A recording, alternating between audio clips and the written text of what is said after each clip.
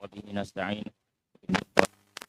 والصلاة والسلام على أشرف الأنبياء والمرسلين نبينا وحبيبنا وسيدنا محمد وعلى آله وأصحابه أجمعين ومن سار على نهجه إلى يوم الدين. الذين آمنوا اتقوا الله حق تقاته ولا تموتن إلا وأنتم مسلمون. أما بعد.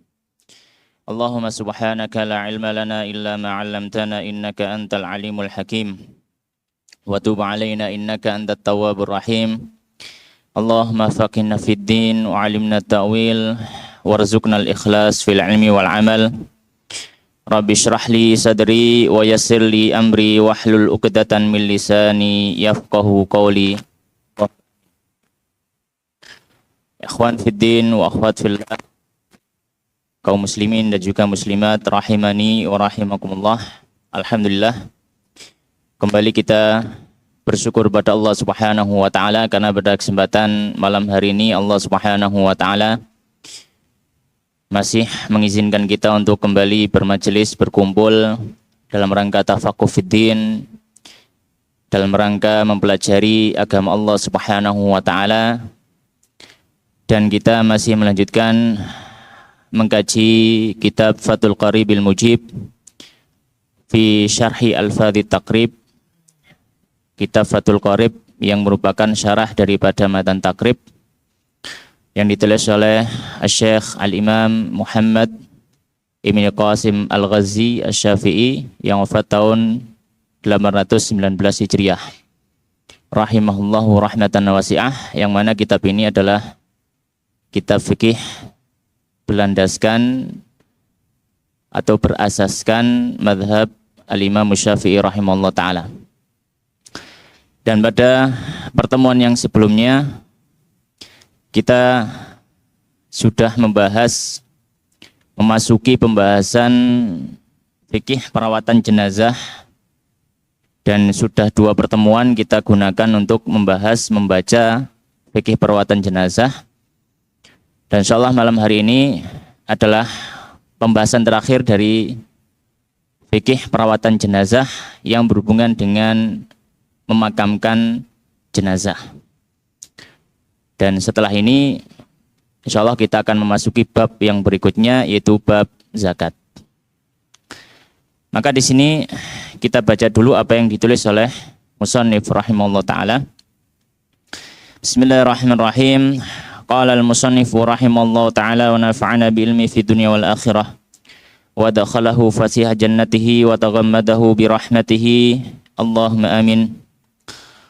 Wa yudfanul mayyitu fi lahdin mustaqbilal qiblati wal lahdu bi fathil lami wa dhammiha wa sukunil ha'i ma yuhfaru fi asfali janibil qabri minal qiblati qadra ma yas'ul mayyita wa yasturuhu wad dafnu fil lahdi afdalu minad dafni fi syakki in salubatil ard wasyakku an yuhfara fi wasatil qabri kan nahri wa yubna janibahu wa yudha'ul mayyitu bainahuma wa yusaqqafu alaihi bilabinin wa nahwihi wa yudha'ul mayyitu 'inda muakharil qabri ila akhirih.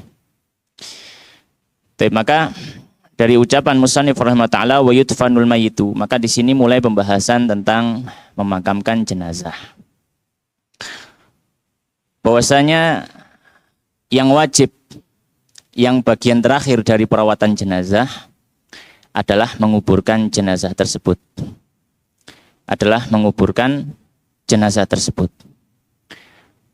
Dan di sini musannif rahimahullah taala beliau membahas pembahasan menguburkan jenazah dengan pembahasan yang tidak terlalu runut, tidak terlalu tertata. Nanti kita akan coba tata sendiri dengan upaya kita. Ala kulli hal, secara garis besar kita bisa bahasakan bahwasanya menguburkan jenazah itu ada batas minimal dan ada cara yang lebih sempurna. Ya, jadi ada batas minimal dan ada cara yang lebih sempurna. Yang beliau sebutkan di sini adalah cara yang lebih sempurna, tapi beliau tidak menyebutkan batas minimal.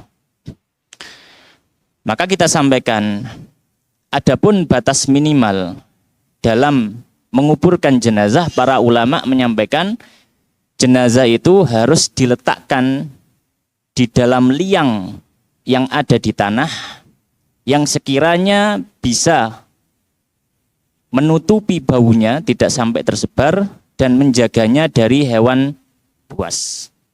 Dan itu harus liang yang ada di tanah. Ya. Harus liang yang ada di tanah yang bisa menjaga baunya supaya tidak sampai keluar dan menjaganya supaya tidak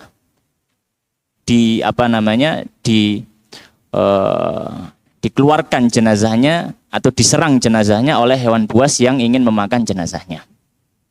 Ini batas minimal. Ya, ini batas minimal. Baik. Diambil dari mana? Bahwasanya termasuk kewajiban adalah menguburkan jenazah.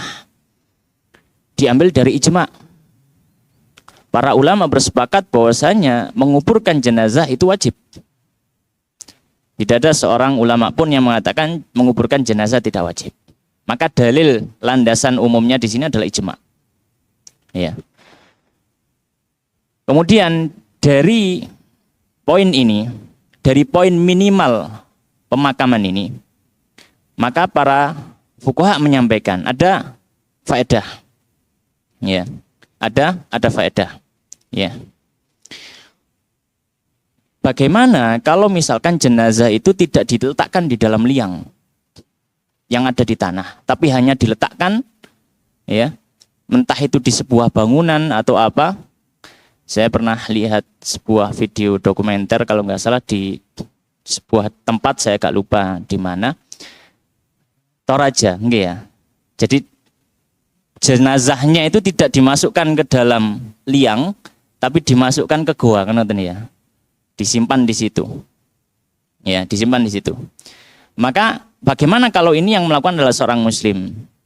Maka para fuqaha menyampaikan ini tidak cukup. Dan orang muslim yang ada di situ kalau jenazahnya hanya diletakkan saja, meskipun baunya tidak sampai menyebar, meskipun diletakkan dalam peti, tidak sampai diserang hewan buas, maka masih tetap tidak diperbolehkan. Dan semua kaum muslimin yang ada di situ yang melakukan itu, maka semuanya berdosa karena dia adalah fardu kifayah. Kenapa? Karena yang wajib adalah menguburkan di dalam liang yang ada di tanah. Dan para ulama memberikan pengecualian, kecuali kalau tidak memungkinkan. Kecuali kalau tidak memungkinkan. Itu sangat jarang sekali, ya. Sangat jarang sekali. Baik, faedah kedua berhubungan dengan masalah ini. Faedah kedua, bagaimana kalau ada orang yang mati di atas kapal di tengah lautan? Bagaimana cara menguburnya? Maka para fuqaha menyampaikan,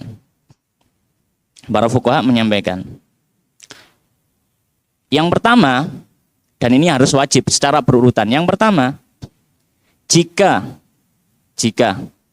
jarak antara dia dengan daratan itu tidak terlalu jauh, ya, sehingga ketika dia sampai di daratan itu tidak membuat jenazah itu sampai membusuk, maka dia harus tunggu sampai turun di daratan. Ya, dia harus tunggu sampai turun di daratan. Itu kalau misalkan daratan dekat dengan kapal tersebut. Kondisi kedua, daratannya jauh.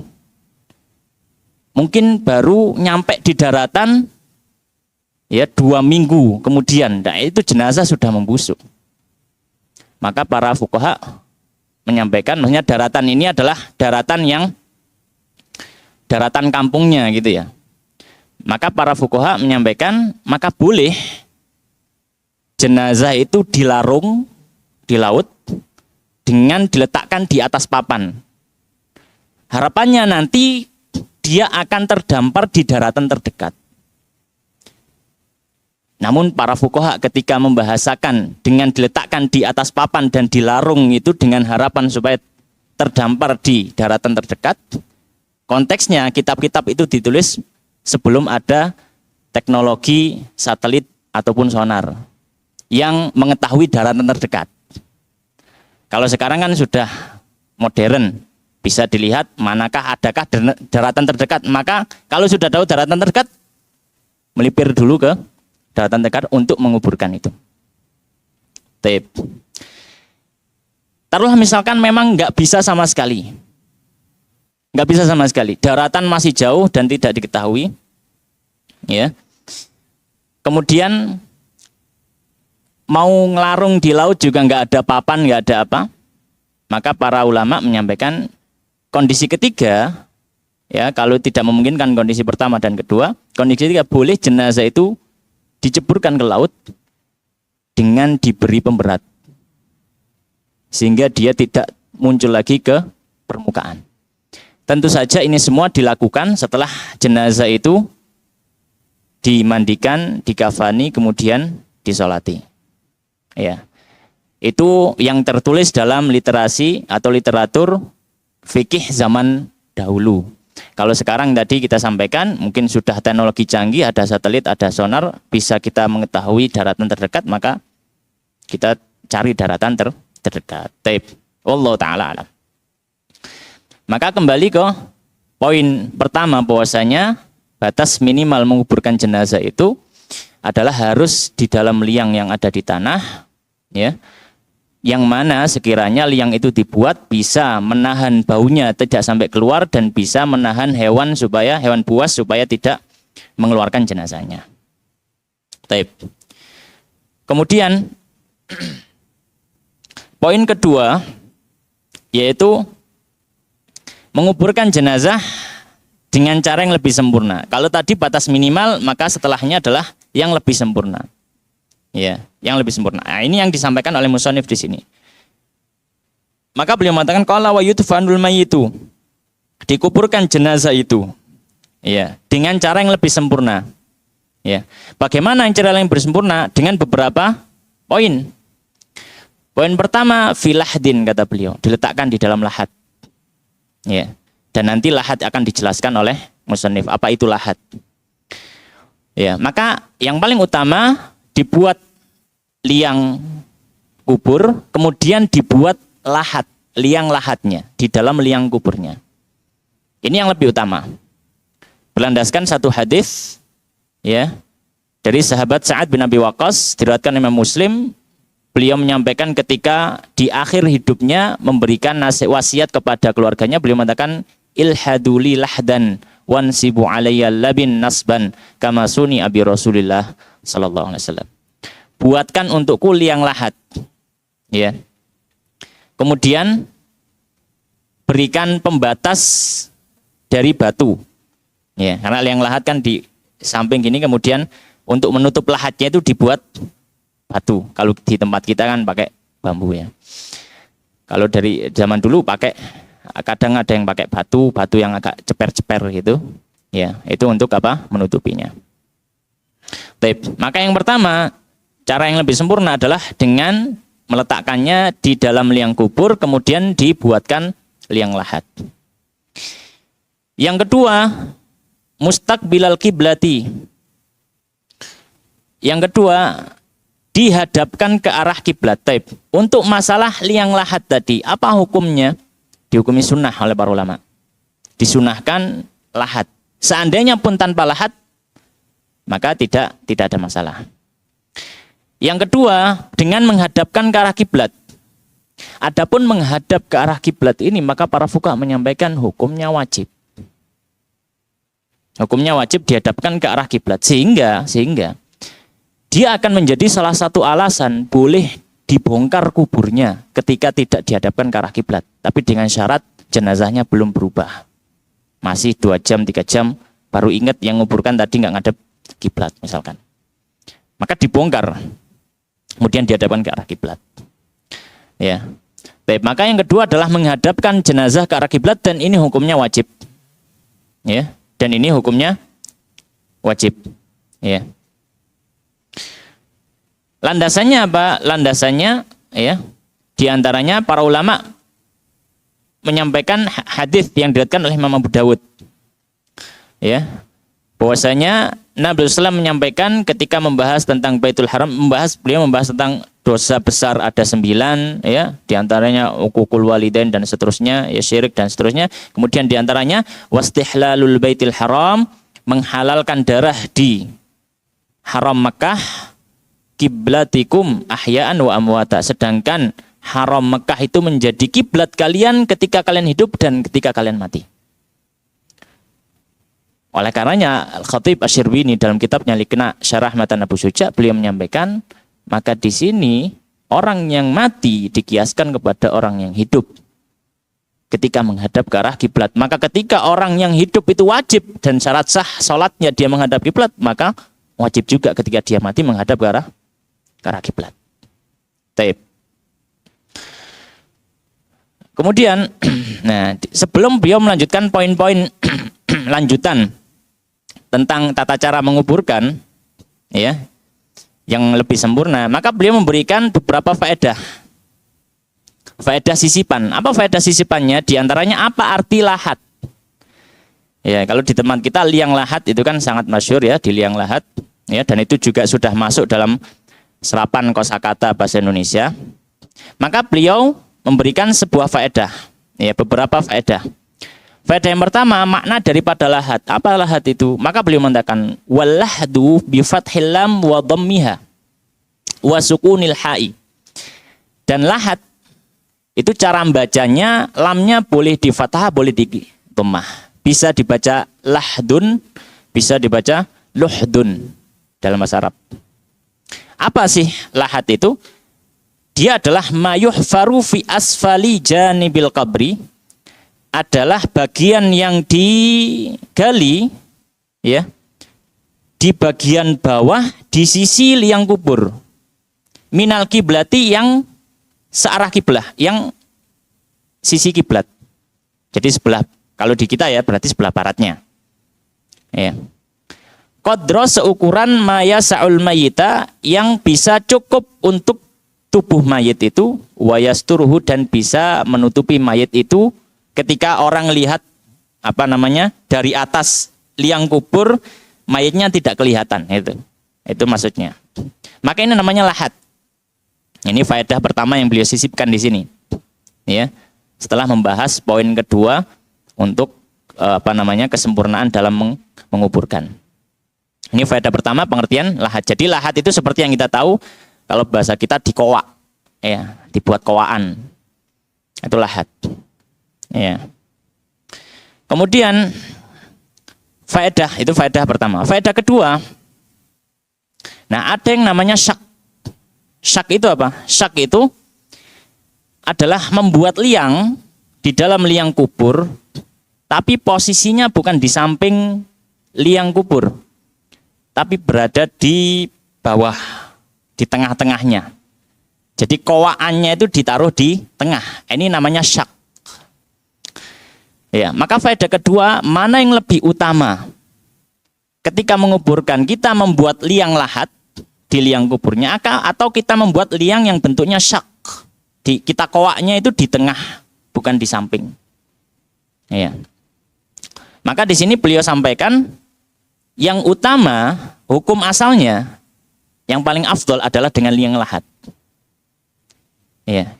Hukum asalnya, ya, faedahnya, hukum asalnya yang paling afdol dengan yang lahat. Meskipun kalau pakai syak juga nggak masalah, tapi yang afdol lahat.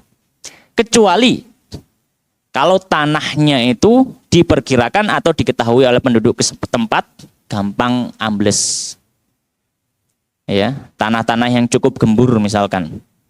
Maka kalau tanahnya gampang ambles, para fuqaha menyampaikan baru di sini pindah pakai syak, ya. Maka beliau menyampaikan di sini faedah yang kedua yang disisipkan, wadafnu fil lahdi afdalu, dan mengubur dengan lahat, di dalam lahat, afdal, lebih utama, minad dafni fi syak, daripada mengubur di liang syak. Ya, pakai qaf, ya, bukan pakai kaf. Kalau pakai kaf itu jadi ragu artinya. Tapi dengan syarat insolubatil ard, jika tanahnya itu keras, gak gampang ambles, maka lahat lebih utama. Ya, kebanyakan tanah-tanah kita yang ada di tempat kita maka cukup keras, ya, maka nggak masalah pakai lahat. Dan itu lebih afdal, ya, dan itu lebih afdal. Kenapa liang lahat lebih afdal? Karena ada satu hadis dari Nabi Shallallahu Alaihi Wasallam riwayat Abu Dawud dan juga Tirmidzi. Nabi SAW menyampaikan al-lahdulana wa syakkuli ghairina. Ya, ciri khasnya kita sebagai seorang muslim itu kalau ngubur pakai lahat. Itu enggak ada yang nyamai dari agama-agama manapun. Kalau dikuburkan ditaruh di dalam tanah saja mungkin ada yang menyamai. Orang Kristen juga ditaruh di dalam tanah. Ya. Tapi kalau lahat itu kekhususan, ya ada sisi istimewanya. Oleh karena Nabi SAW al-lahdulana wa syakkuli ghairina. Kemudian faedah ketiga, ya faedah ketiga tentang pengertian apa yang dimaksud dengan syak, liang syak tadi. Ya berbeda dengan lahat ya. Maka liang syak tadi yang sudah saya sampaikan dia adalah liang baru yang dibuat di dalam liang kubur tapi berada di tengah-tengah. Berada di tengah-tengah, bukan berada di samping. Dan ini cara membikinnya bisa dengan dikowak saja. Ya, bisa dengan dikowak saja. Atau mungkin dibuat batu yang ditata. Jadi pocongnya diletakkan kemudian dikasih batu, kemudian ditutup atasnya gitu. Ya. Atau dikowak plus dikasih batu juga, nggak ada masalah. Maka dengan berbagai macam cara bisa dilakukan. Oleh karenanya beliau mengatakan, ya faedah ketiga, wasyaku, dan yang dimaksud dengan liang syak ini adalah an yuhfara, yaitu digali fi wasatil qabri, di tengah liang kubur. Kan nahri, seperti sungai. Ya, maksudnya seperti aliran air. Seperti aliran air. Wa yubna janibahu, dan dibangun di sisi-sisinya dengan batuan. Ya. Itu kalau misalkan mau, kalau misalkan tanpa dikasih batu juga nggak ada masalah. Hanya liang saja nggak ada masalah. Atau misalkan dia nggak ngowai, tapi dia langsung pasang mungkin batu gitu, kemudian atasnya ditutup. Nah sesuatu itu juga nggak ada masalah. Ya. Kemudian beliau menyampaikan wa yudha'ul mayyit, dan mayit itu diletakkan bainahuma, antara dua sisi itu. Wa yusaqqafu alaihi, kemudian ditutup di atasnya. Jadi supaya ketika tanah itu diuruk, ya, dimasukkan, itu tidak langsung menimpa jenazah karena di atasnya dikasih atap. Wa yusaqqafu alaihi bila binin, dengan batu, semacam batu. Wa nahwihi, atau semacamnya, enggak harus batu ya. Kalau di tanah Arab mungkin enggak ada papan ya jala zaman itu. Ya. Kalau di tempat kita ya pakai pring, pakai papan, enggak ada masalah. Baik. Ini 3 faedah yang disebutkan untuk menyelingi tata cara menguburkan jenazah. Kita kembali ke tata cara menguburkan jenazah yang tadi, berarti yang pertama dibuat liang lahat, kemudian yang kedua adalah dihadapkan ke arah kiblat. Liang lahat ini hukumnya sunnah, menghadapkan ke arah kiblat itu wajib. Kemudian yang ketiga, ya, yang ketiga, ketika jenazah itu sudah nyampai di kuburan, maka dianjurkan, ya, dianjurkan jenazah diletakkan di sisi bagian kakinya nanti, di sisi bagian kakinya nanti. Karena yang akan beliau sampaikan, yang dianjurkan ketika menurunkan jenazah itu bukan dari samping, tapi di apa ya bahasanya, diglontorno, jadi di kepalanya dulu yang turun. Ya. Oleh karena dianjurkan yang ketiga, ketika jenazah nyampe, dianjurkan diletakkan di sisi arah kaki yang nantinya dibuat untuk kaki, sehingga nanti nurunkannya gampang. Orangnya beliau mengatakan, qala wa yudha'ul mayyitu, dan diletakkan jenazah itu inda muakharil qabri, di sisi ujung dari kuburan, liang kubur. Jadi ditaruh di ujungnya. Misalkan ya, ini kita buat liang lahatnya seperti ini, kemudian kiblat ke arah sana, ya, liang kuburnya sini, kepalanya nanti di sini, maka jenazah ketika datang diletakkan di sini. Ya. Baik. Alasannya apa kok dianjurkan? Supaya lebih mudah nanti untuk apa? Menurunkan jenazah itu, ya. Wa fi ba'dhi nusakhi, dan sebagian manuskrip daripada matan takrib disebutkan ba'da mustaqbilal kiblati ziyadah, ya. Setelah menyebutkan mustaqbilal kiblah ada tambahan. Wahya. Kemudian proses yang keempat, setelah jenazah diletakkan, dianjurkan untuk menurunkan jenazah dari kepala terlebih dahulu.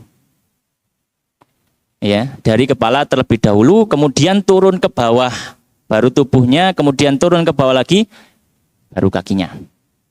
Ya, baru kakinya. Dan ini hanya ya sifatnya keanjuran saja. Intinya adalah mana yang lebih mudah bagi jamaah ya silakan dikerjakan. Tapi kalau misalkan apa yang disampaikan oleh para fuqaha dalam kitab-kitabnya, tata caranya semacam itu.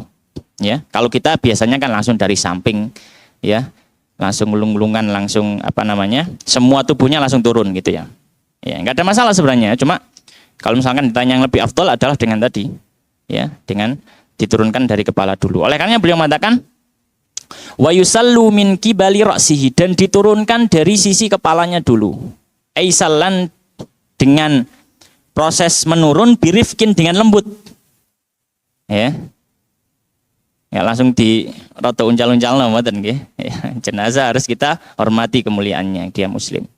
Birifkin, dengan lembut, la bi'unfin, tidak dengan keras, geradakan, mboten angsal. Kita harus berusaha memperlakukan jenazah itu sebagaimana kita memperlakukan ketika dia hidup. Alasannya apa dengan cara menurunkan seperti ini, ya? Sebagaimana diriwayatkan oleh sebagian ahli hadis, diantaranya Imam Syafi'i dalam kitabnya Al-Musnad. Imam Syafi'i punya kitab hadis, ya. Imam Syafi'i meriwayatkan dengan sanadnya bahwasanya Imran bin Musa radhiyallahu ta'ala anhu meriwayatkan anna Rasulullah sallallahu alaihi wasallam sulla min kibali ra'si. Kata beliau bahwasanya Nabi sallallahu alaihi wasallam ketika diturunkan ke liang kuburnya, beliau diturunkan dari arah kepala dulu. Kemudian baru tubuhnya, kemudian baru kakinya. Ya. Hadisnya diriwayatkan oleh Imam Syafi'i dalam kitab Musnadnya dan juga diriwayatkan oleh yang lainnya, Imam Ahmad juga dan seterusnya. Kemudian ma'asyiral muslimin jamaah rahimani wa rahimakumullah. Ya. Kemudian ada faedah, ya, kita sisipi faedah di sini. Ya, kita sisipi faedah tentang siapakah orang yang menurunkan atau yang menurunkan jenazah itu. Siapa yang paling berhak untuk menurunkan jenazah itu? Secara asal, yang paling berhak untuk menurunkan jenazah itu sama seperti yang paling berhak untuk ngimami sholat. Yaitu siapa? Ayah, dan ke atasnya ayah atau kakek. Kalau nggak ada kemudian anak, ya, anak laki-laki. Kemudian ke bawahnya anaknya, anak laki-laki. Kemudian asobahnya, ya, asobahnya berarti ya saudara laki-lakinya, ya, pokoknya keluarganya itu ya saudara, tapi yang laki-laki, saudara laki-lakinya, ya. Kemudian setelah itu keponakan laki-lakinya, setelah itu paman laki-lakinya, ya paman ya laki-laki ya, pamannya, kemudian setelah itu misanan, ya, rawa misanan niku. Sepupu, ya, sepupunya, ya, sepupu dari paman, tapi ya sepupu dari paman. Ya, jadi keluarga yang laki-laki ini yang paling berhak untuk menurunkan jenazah. Pada dasarnya semacam itu, yang paling berhak. Tapi kalau misalkan mau diwakilkan yang lain, ya tidak ada masalah.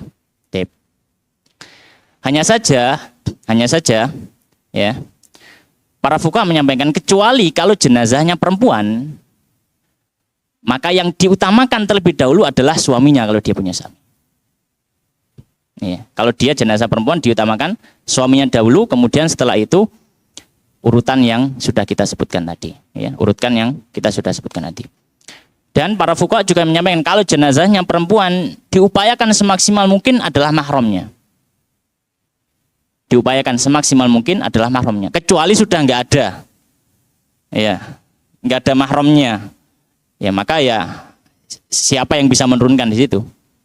Ya, siapa yang bisa menurunkan di situ? Kalau nggak ada mahram ya sudah siapapun.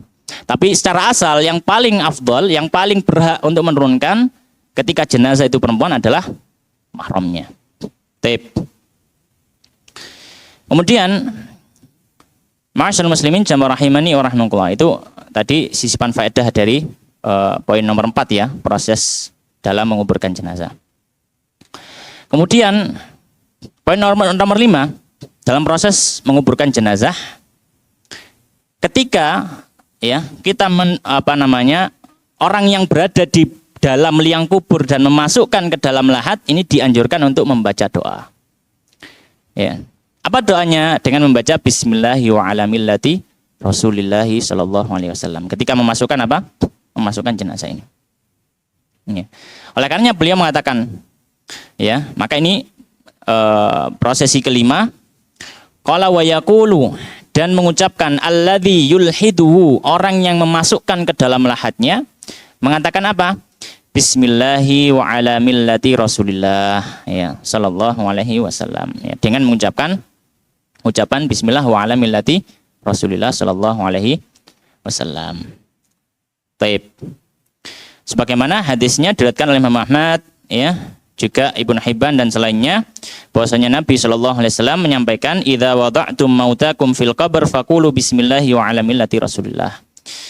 Nabi SAW menyampaikan, jika kalian meletakkan jenazah kalian di dalam liang kuburnya, maka ucapkan bismillah wa ala millati Rasulillah sallallahu alaihi wasallam. Dan ini hukumnya sunnah ya. Semuanya tadi yang disebutkan adalah sunnah kecuali menghadapkan ke arah kiblat, maka itu yang wajib. Taib. Kemudian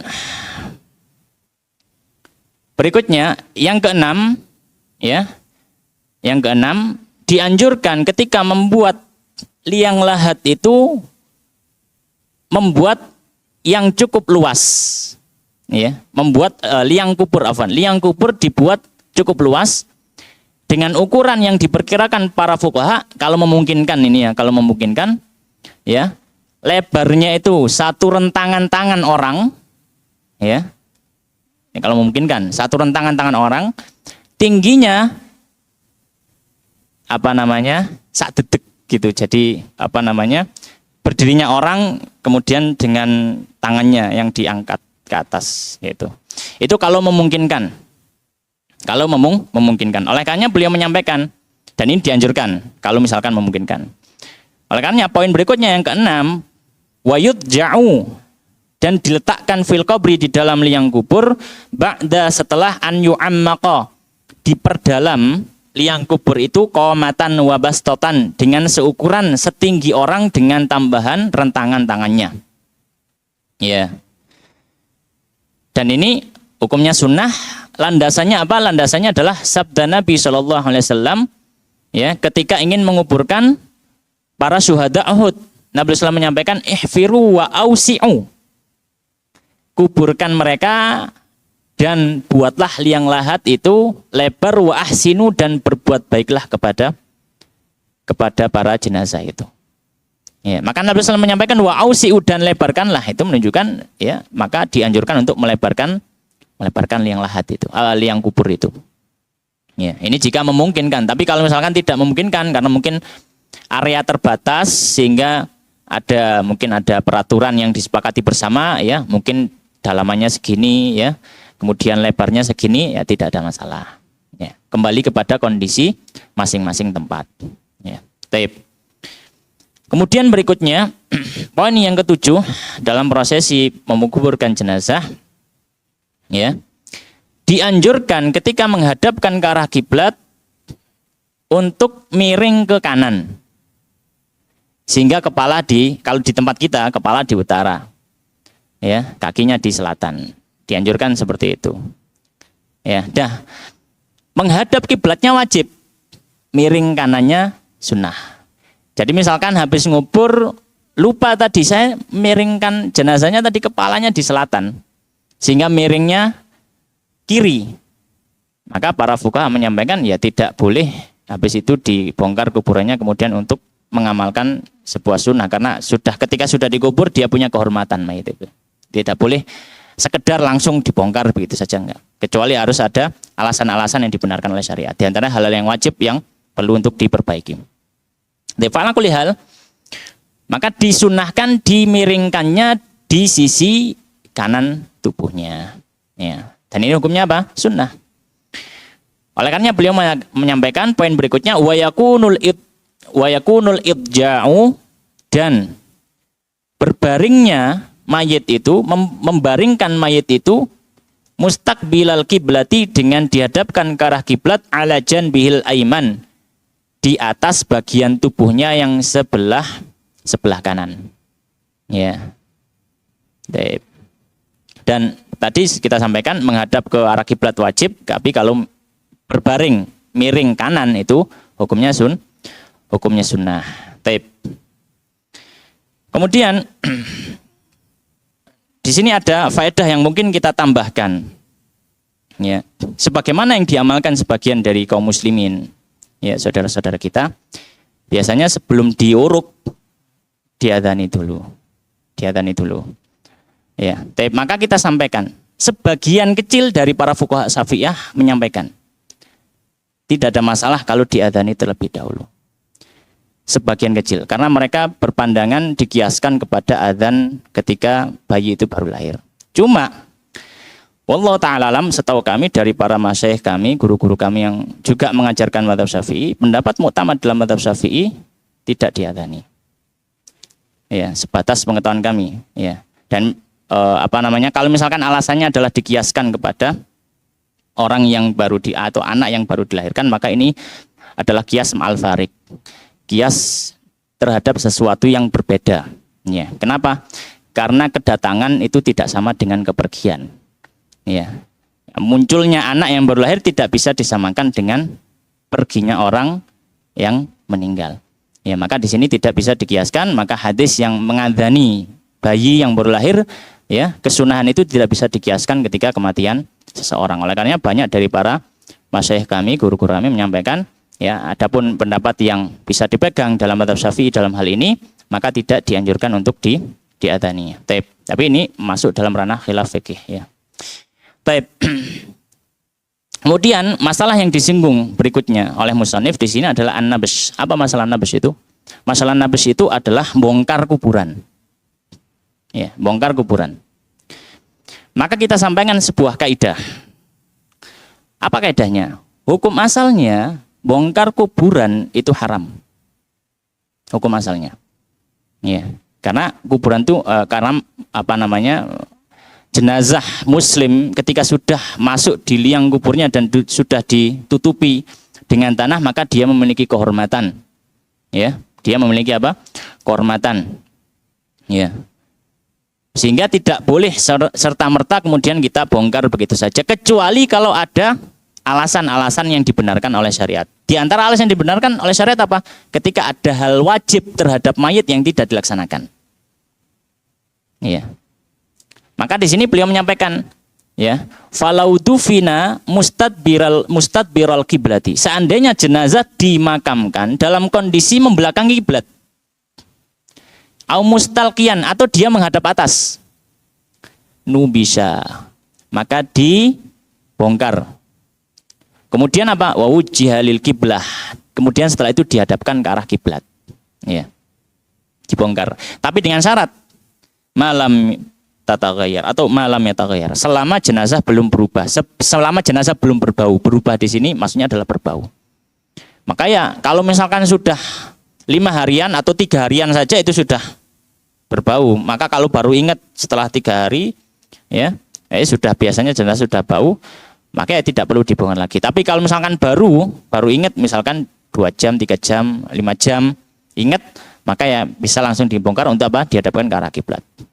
Dan diantara mungkin yang bisa saya tambahkan di sini, diantara yang menyebabkan jenazah itu boleh untuk dibongkar lagi adalah misalkan jenazah itu dikuburkan tanpa ada proses penyucian, tidak disucikan.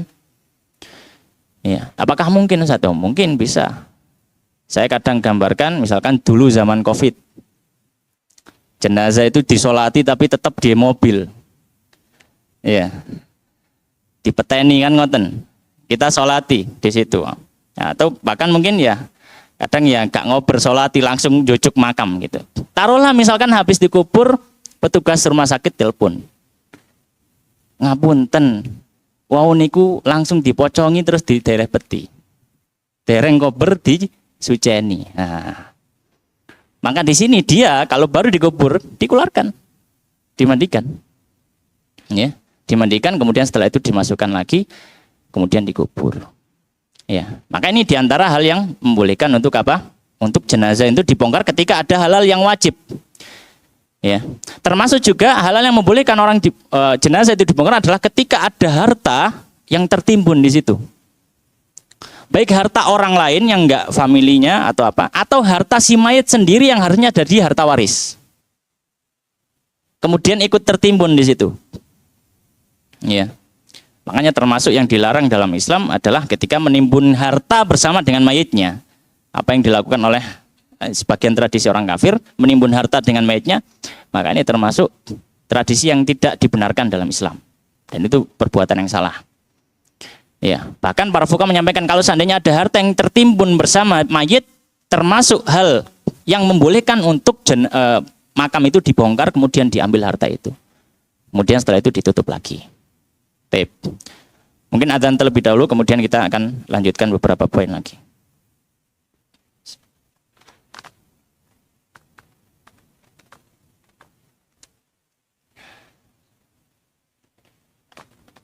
Allahu Akbar, Allahu Akbar. Allahu Akbar.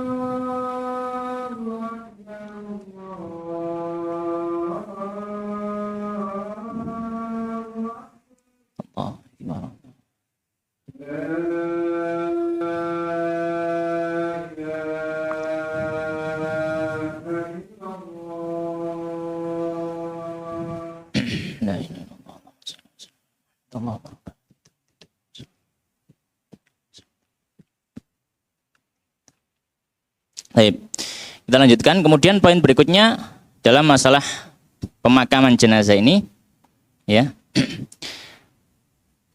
disunahkan ketika menimbun jenazah dengan tanah, bentuk gundukan tanah itu dibuat musattoh. Musattoh itu dikepras, buatan munduk. Ya, jadi kayak kuburan tanah makam pahlawan. Nah, ini kan buatan munduknya ya. Kalau munduk ini namanya musannam. Kalau musattoh itu dia agak tinggi tapi dikepras. Ya. Maka hukum asalnya ya sama-sama nggak ada masalah sebenarnya. Boleh-boleh saja misalkan mau digundukkan nggak ada masalah. Itu kan mungkin tanahnya yang lebih saja. Atau misalkan dibuat rata seperti itu, musatah juga tidak ada masalah. Tapi kalau misalnya kita berbicara mana yang afdol, mana yang utama, maka dibuat musatah. Bahasa kita dikepras gitu. Maka ini disunahkan. Maka beliau mengatakan kalau yusattahul qabru wala yusannamu, dan disunahkan kuburan itu dibuat musattah, yusattah, dikepras tadi. Ya, jadi bukan digundukkan seperti punuk unta. Wala yusannam, dan tidak dibuat musannam. Musannam berasal dari kata sanam. Sanam itu punuk unta. Jadi tidak dibuat menggunduk.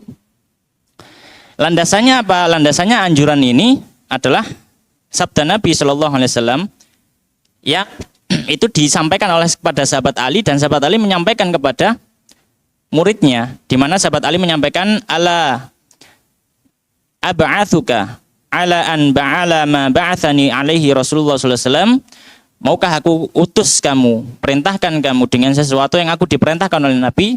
Apa? An la tad'a timtsalan ila tamastah, tidaklah kau tinggalkan ada patung yang berdiri kecuali engkau hancurkan, wala qabran musyrifan illa sawaitah, dan kuburan yang memuncul, maksudnya memuncul itu menggunduk, illa sawaitah, kecuali engkau ratakan.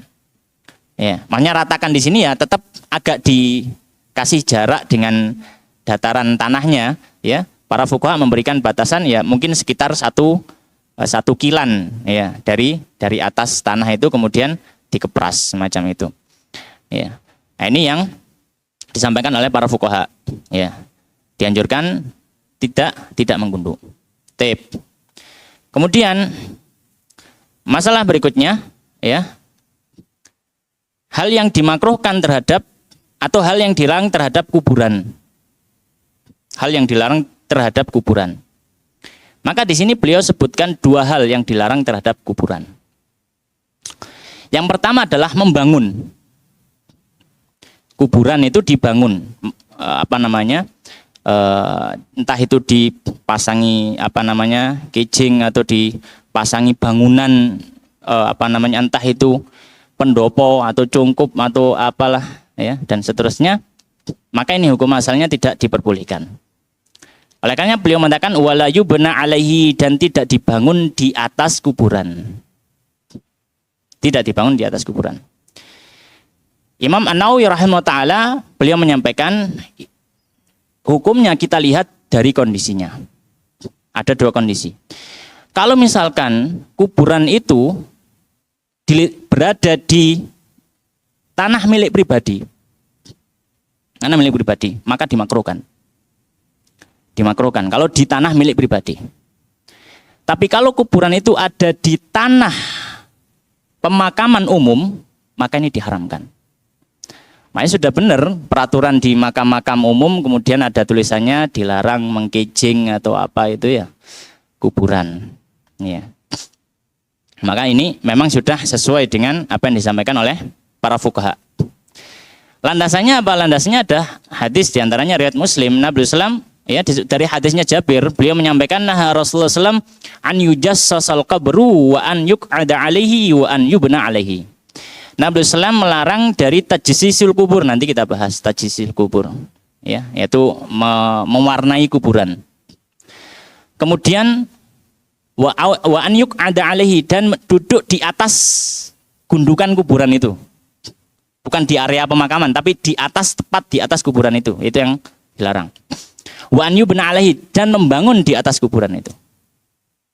Hadis riwayat Muslim. Maka Imam An-Nawawi ketika mensyarah Sahih Muslim di hadis ini beliau menyampaikan, Imam Syafi'i menyampaikan kalau misalkan itu di kuburan tanahnya dia sendiri maka dia makruh. Tapi kalau sampai di tanah milik orang banyak haram, karena itu berarti tadyiq li huquqil muslimin. Ya, dia memberikan dampak mengganggu hak orang muslim yang lainnya. Ya, mengganggu hak orang muslim yang lainnya. Baik. Kemudian ada catatan di sini, sebagian kecil dari fuqaha Syafi'iyah mutaakhirin khususnya ada yang mengecualikan, kecuali kalau itu adalah kuburan Nabi. Ya, ada yang mengecualikan semacam itu. Tapi di sini wallahu taala alam, yang tampak di sini adalah larangan ini bersifat mutlak kuburan siapapun. Paling tidak alasannya ada dua. Kalau kita mau identifikasi masalah ini dari sisi fikihnya. Yang pertama, lafadz pelarangan di hadis tadi, hadisnya Jabir yang dipakai dalil oleh Imam Nawawi dan ulama Syafi'iyah dalam melarang hal ini menggunakan lafadz al-qabru. Kalau dari sisi usul fikih, al-qabru itu adalah isim mufrad ditambahi al. Dalam kaidah usul fikih dia memberikan faedah keumuman siapapun. Siapapun. Tidak pandang itu nabi, bukan nabi, orang biasa, orang soleh atau siapapun. Ya. Maka itu sifatnya umum. Lafadz hadis awalnya sifatnya umum. Ya. Kemudian landasan yang kedua, Nabi sendiri dalam hadis yang lain bahwasanya beliau melarang, ya, naha an yuttakhadha qabruhu masjidah. Nabi SAW melarang kuburnya dijadikan masjid. Apa yang dimaksud dengan dijadikan masjid? Seperti kita tahu dalam urf bahasa Nabi di zaman itu, masjid itu ya ada bangunan. Ada bangunan. Karena kalau nggak ada bangunan biasa disebut musola.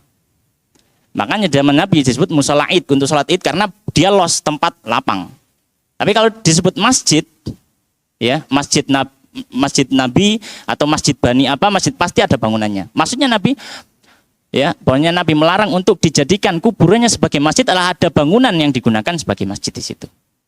Maka di situ jelas sekali bahwasanya Nabi SAW melarang bahkan untuk kuburannya sendiri dibuat bangunan. Ya, jadi wallahu taala alam dari sudut pandang analisa fikihnya, maka pengecualian tadi tidak berlaku di sini, maka tetap pelarangan ini tersifati secara umum.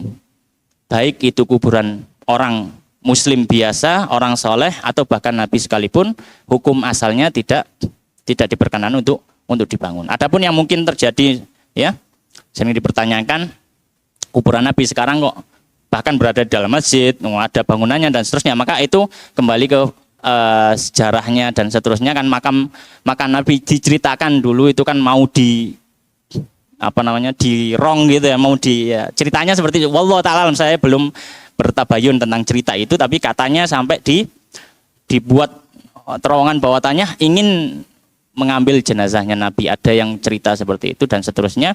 Dan juga pada zaman itu ada kebutuhan perluasan yang tidak memungkinkan kalau tidak memasukkan kuburan Nabi itu ke dalam area masjid itu, sehingga dan itu kebutuhan, ya, maka kalau ada kebutuhan maka tidak ada masalah di sini. Allah taala alam.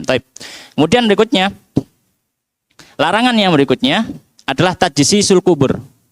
Tajsis itu mewarnai kuburan itu dengan kapur, ya, karena jis itu adalah kapur, ya.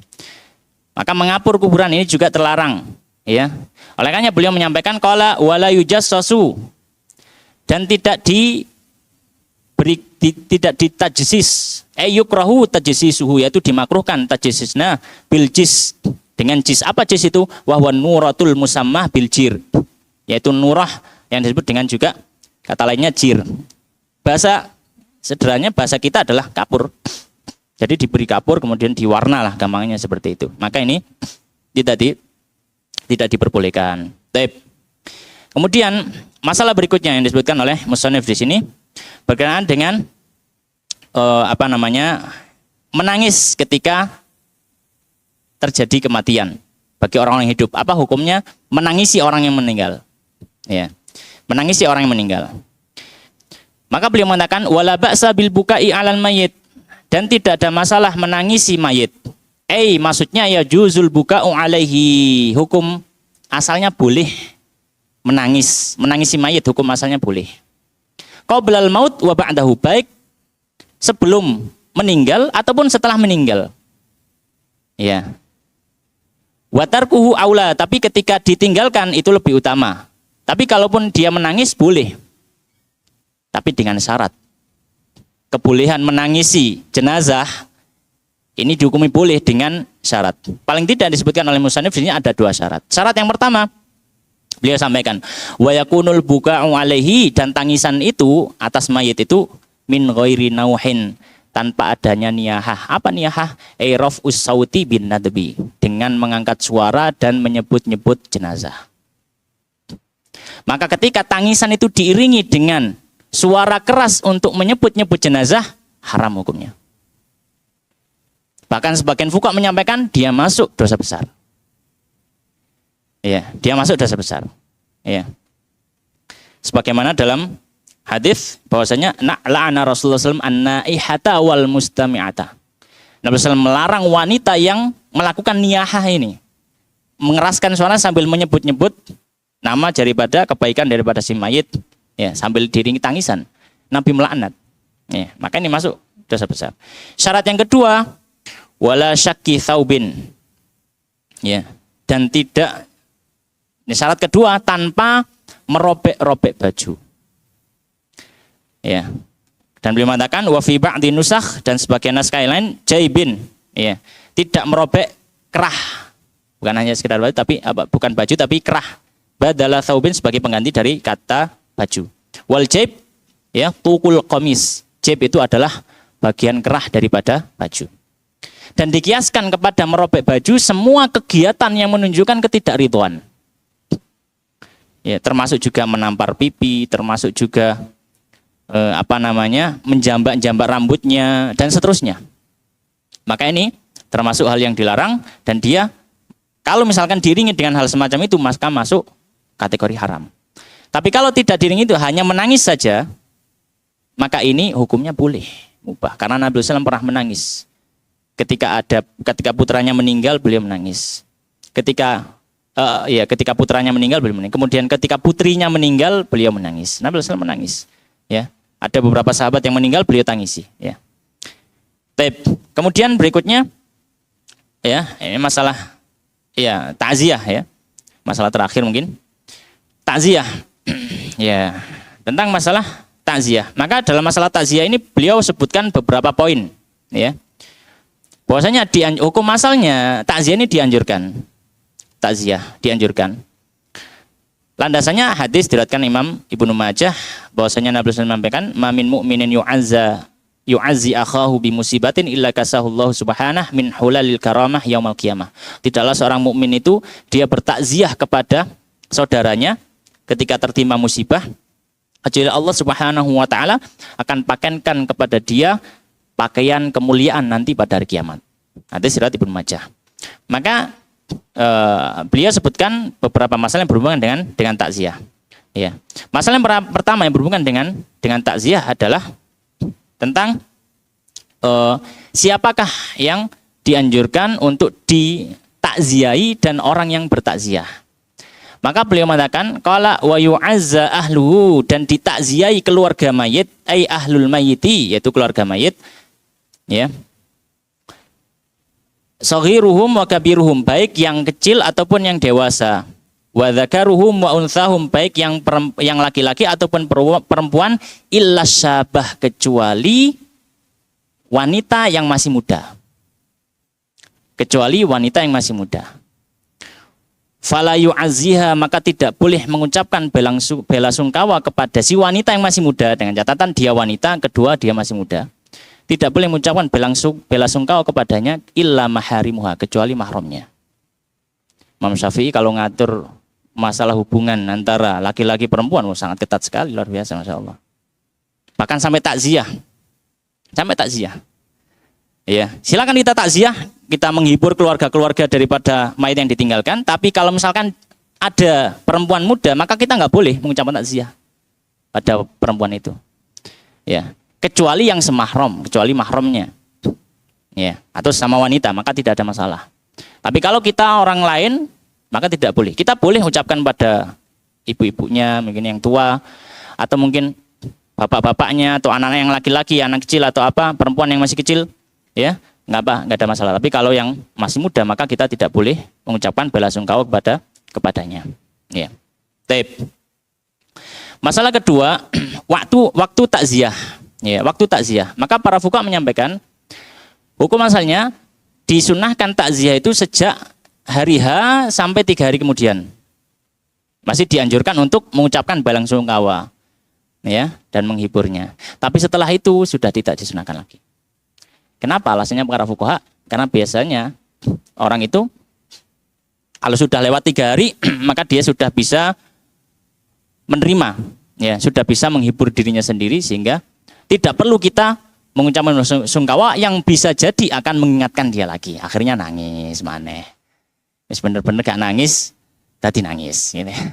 Kecuali kalau misalkan ya kalau misalkan antara kita dengan orang tersebut jaraknya jauh. Ya. Misalkan kita pulang baru berapa hari baru nyampe misalkan. Maka boleh. Tapi hukum asalnya kalau kita orang-orang yang bisa datang di hari itu atau hari berikutnya, maka tidak perlu mengucapkan belasungkawa kalau sudah melewati tiga hari. Oleh karena beliau menyampaikan waktu takziah beliau menyampaikan wa ta'ziyatu sunnatun, dan takziah hukumnya sunnah qabla dafni wa ba'dahu, sebelum menguburkan dan setelah menguburkan, ila thalathati ayam, sampai 3 hari. Kapan hitungan 3 harinya? Min ba'di dafnihi, setelah jenazah dikuburkan. In kanal mu'azzi wal mu'azza hadiraini. Tapi ini catatannya jika orang yang bertakziah dan yang ditakziahi sama-sama hadir, sama-sama berada di area yang dekat. Fa in kana ahaduma ghaiban, tapi kalau misalkan yang ditakziahi jauh dari tempatnya, atau orang yang takziah ini posisinya jauh dari rumah yang ditakziahi, imtaddat at-ta'ziyatu ila hudurihi, maka tetap berlaku kesunahan takziah sampai dia bertemu. Ya, sampai dia bertemu. Kemudian masalah yang berikutnya adalah tentang bagaimana cara takziah. Ya, apa yang diucapkan ketika takziah atau apa yang disampaikan ketika takziah. Maka beliau menyampaikan wa ta'ziyatu lughatan, ya, takziah secara bahasa maksudnya adalah at-tasliyatu, menghibur, liman usiba biman ya'izzu alaihi, ya, au ya'uzzu alaihi. Ya, bahwasanya dia adalah sebuah hiburan terhadap orang yang diberikan musibah. Ya. Terhadap orang yang yang merasa berat dengan musibah itu. Wa syar'an, dan secara syar'i takziah itu ya bisa di dalamnya terkandung 4 perkara. Yang pertama al-amru bisabr. Kita berikan semangat untuk bersabar. Sebagaimana pernah dilakukan Nabi SAW, ya, ada seorang wanita yang dia menangis, ya, kemudian karena ditinggal mati oleh keluarganya, kemudian Nabi SAW menyampaikan isbiri wattaqillah, ya, bersabarlah dan bertakwalah kepada Allah. Yang kedua wal hathu alaihi biwa'dil ajri. Yang kedua adalah memberikan motivasi bahwa dia akan mendapatkan pahala. Kalau misalkan Kalau misalkan dia bersabar atas musibahnya. Ya. Sebagaimana itu diucapkan oleh Nabi Shallallahu alaihi wasallam, di mana Nabi kadang ketika bertakziah beliau menyampaikan faltasbir wal tahtasib. Hendaknya engkau sabar dan mengharap pahala. Dihibur dengan pahala. Yang ketiga wa du'a lil mayyiti bil maghfirah, mendoakan jenazah supaya diberikan ampunan. Ya, mendoakan jenazah supaya diberikan ampunan, ya. Minimal Allahumma firlahu, ya, atau bahasa Indonesia ya, semoga Allah memberikan ampunan kepada yang meninggal gitu. Yang keempat, ya, takziah itu ya dengan dengan memberikan hiburan, ya, beliau mengatakan walil musabi bijabril musibah, memberikan hiburan kepada yang ditimpa musibah, ya, dengan kabar gembira bahwasanya semoga Allah memberikan kebaikan sebagai penggantinya. Jadi memberikan hiburan, ya, akan diganti dengan yang lebih baik, akan diberikan kebaikan yang lain, ya, bijabril musibah, dengan mengganti musibah tersebut sebagaimana yang disebutkan oleh Nabi Shallallahu alaihi wasallam, ya. Kemudian masalah yang terakhir yang disinggung oleh musannif di sini tentang hukumnya mengubur 2 orang dalam 1 liang kubur. Maka para fuqaha menyampaikan, ya, hukum asalnya tidak diperbolehkan dan hukumnya haram ketika 2 orang dikuburkan dalam 1 liang, kecuali kalau memang ada kebutuhan atau kedaruratan. Semisal apa? Semisal kondisi perang. Ya, kalau mau ngubur bikin 1 liang, oh habis waktu. Bisa sampai berhari-hari. Maka di sini boleh, ya, bikin beberapa liang, ya, digunakan untuk menguburkan 2 orang, ya, tidak ada masalah. Ketika ada hajat atau kebutuhan. Oleh karenanya beliau mengatakan wala yudfanu itsnan, dan tidak dikuburkan 2 orang fi qabrin wahidin, di kuburan yang sama, di liang kuburan yang sama, illa, kecuali li hajatin, kecuali karena ada kebutuhan. Apa contoh kebutuhannya? Kata beliau kadhikil ardi. Contohnya seperti apa? Areanya sempit, tanahnya sempit. Ya, tidak memungkinkan. Yang kedua, wa kathratul mauta. Ya, dan banyaknya orang yang meninggal. Yang tidak memungkinkan kalau misalkan dibuat liangnya masing-masing, itu akan menghabiskan waktu yang lama, yang dikhawatirkan akan membuat jenazah itu tidak dirawat secara baik dan segera. Maka ini adalah akhir dari apa yang disebutkan dalam kitab Fathul Qorib dalam pembahasan perawatan jenazah, dan insyaallah pada pertemuan berikutnya kita akan memasuki bab yang baru, yaitu bab tentang fikih zakat. Mungkin demikian yang bisa kita bahas pada kesempatan malam hari ini. Semoga memberikan manfaat, memberikan faedah kepada kita semua. Kita akhiri, wallahu ta'ala alam, wa sallallahu wa sallim wa barik ala nabina Muhammadin wa ala alihi wa ashabihi ajma'in. Kita tutup dengan doa kafaratul majelis. Subhanakallahumma bihamdika asyhadu an la ilaha illa anta astaghfiruka wa atubu ilaik. Wa akhiru da'wana alhamdulillahirabbil alamin. Wassalamualaikum warahmatullahi wabarakatuh.